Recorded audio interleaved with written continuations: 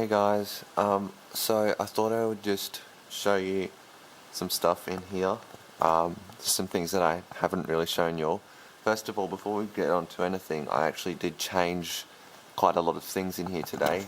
This light you've seen, I think, it's been in a few fan testing videos already. I put up a piece of plywood, which is basically wood in a sheet form, and back there's an exhaust fan. I don't know how you can see it, I'll show you again once the lights are on. It's connected to this pull cord switch, and it's actually on the fan circuit, but I'll get to that in a minute. But before we go anyway, let's just get some lights going on in here. Basically what I've got set up is I've got a three-way switching system, which means that there's two switches in two different locations that control one load, or one light, or one load is the correct term. So this top one right here and the bottom one over there both do the same thing. It's the wire the same as it would be in a hallway, and they control that. You can see there's like a white box up there. It's just a power point without a switch on it, and it's got a power board plugged into it, which is sitting up there, and then it's got these three fluorescent lights into it. And the reason I've done it like that is so that I can easily change things around without having to disconnect the power and rewire it all every time. I can just wire a plug to everything and just chuck it up there and plug it in. So I'll turn them on.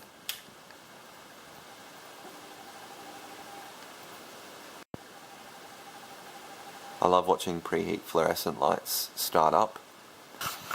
You can see that plug up there a bit better now, and you can also see the exhaust fan. Now when I pull this pull cord switch, it isn't actually going to turn on just yet, because if I leave that set to on, as you can see I've got this switch over here that says roof outlet on it, and that is this right up here next to the clock. I just put this clock up here too. That is this.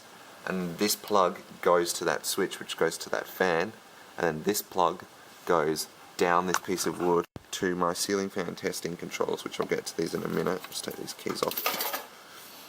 So that's what that is. So when I turn on this roof outlet, if these fans are on, which this one's set to low, this one's set to low, the TAT's set to low, this is set to low. This is a Martech, 1980s Martech that I'm going to film next. But when I turn on this roof outlet switch, that exhaust fan and ceiling fans receive power. They're both set to low, and the exhaust fan comes on. As you can hear, it's a 200mm exhaust fan that I have in there.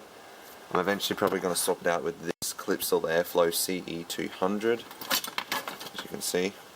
But I've got that up there now, because it's older, and if I pull this pull cord switch, as you can see, it turns off. The only thing that I'm not happy about yet is the placement. Yeah, it's only held in with one screw. Is the placement of this fluorescent light. I mean, I'm happy with the placement in relation to the other ones, but just not on this board where the fan is. So I'm probably going to take that down and put up a different light up there. I might put up that oyster light that I had up again. But the only reason I have this up is because it has two bulbs, so it's bright, and it means there's more of a blink fest when I turn the lights on. My fan testing rig is powered off that one plug up there. That plug comes down. Which one is it? Yeah, it's here. This is the plug. Goes into this first controller. This is the controller for this fan location. So this controller, the power comes out of this controller after it's been controlled, goes up and goes to that outlet up there that the fan's plugged into. That's just wired up to the fan motor, and then for the case of a fan that has a light kit, you can see I've got an extra two wires running up there. It only needs to be one, but I have two just because, or mainly because there used to be another fan location right there, but I moved it to there. So you can see up there, there's two more wires exposed up there, as you can see. But those are for light kits. But yeah, the fans plug into there. Those two wires are for light kits, and they're wired to these two switches. It's one switch per wire. So if I turn on this one, the light on the Martech comes on, and also the white wire becomes live. And then if I turn on the other switch, the red wire becomes live. If I had a light hooked up to that, that would come on.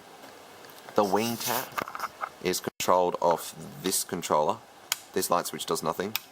It just gets power from this, goes up to that outlet up there that the TAT's plugged into. When I had the Union right here, well, you can't even see it's underneath all the crap, but the Union that's there, the Mistral label Union, I had it plugged into that outlet that you can see sitting up there, because that's just wired into this controller, which is the original controller to the Union. I had it wired up to this, and this is just wired into this, which used to be the original fan controller, and there was only one fan location here, there wasn't two. This is a solid state variable ceiling fan speed controller. I used this with the SMCs, and I use it with other fans that work well with solid state. And that's what the second power point is up there. You can see there's a second power point up there. There used to be one where that box is, but I needed it for that, so I just put the box over the wires there so they weren't exposed. Should do that there as well, but I haven't.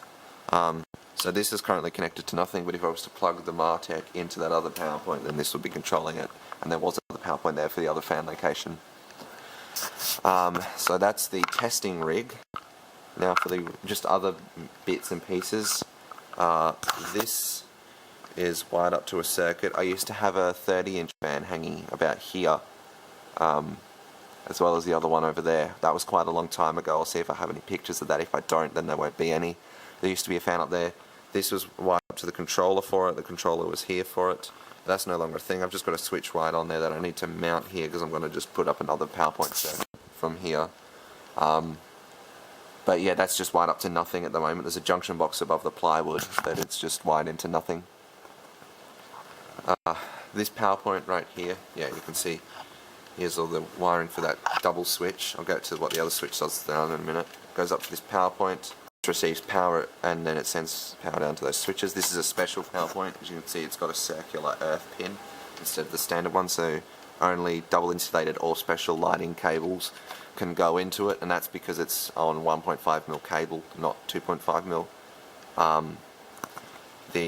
Obviously this switch over here does the fluorescent lights as well. And then I've also got, this is where I store my ceiling fans. This switch right here does lights that are in the storage. Does this one here, it's got an LED bulb in it. It's got this one in here that's got no bulb in it. And then there's actually a third one underneath here that you probably can't see that doesn't have a bulb in it either. But you can see all my ceiling fans. This is the most popular video on my YouTube channel. It's a video of this fan. Casablanca Delta with bad bearings. No, good bearings. SMC, Wattmaster, HPM Airbus, Peter Pan, 3 SMC, Wattmasters, Amartec, Omega Sahara, Mistral, Casablanca Delta White with the light kit. Yeah, that's where I store them. And there's the bad bearing Delta. Actually, no, I think that's the bad bearing one. That's the good one. This is where I keep all my blades. As you can see, I need to organise it a bit. On the ground, there's my toolbox that just kind of moves around. That's a modern fan. That's actually what's in the box. It doesn't work. That's got random crap in it and speakers. That's got random crap in it. This has got some light fixtures in it, some bunker lights. Actually, I'll show you, because I know there's one certain viewer on my channel who has bunker lights at his house, and he seems to really like them. So these are some different shaped ones, as you can see. I replaced them. They were at my aunt's house. I replaced them with some coach lights. There you go. There's nothing in that shoebox. This jar is full of connectors. I've got like jars up there, and you can see. Let's put this up there too. Actually, no, this goes down here. I've got more jars here. Ceiling fan light kits. These are really cheap, junky ones.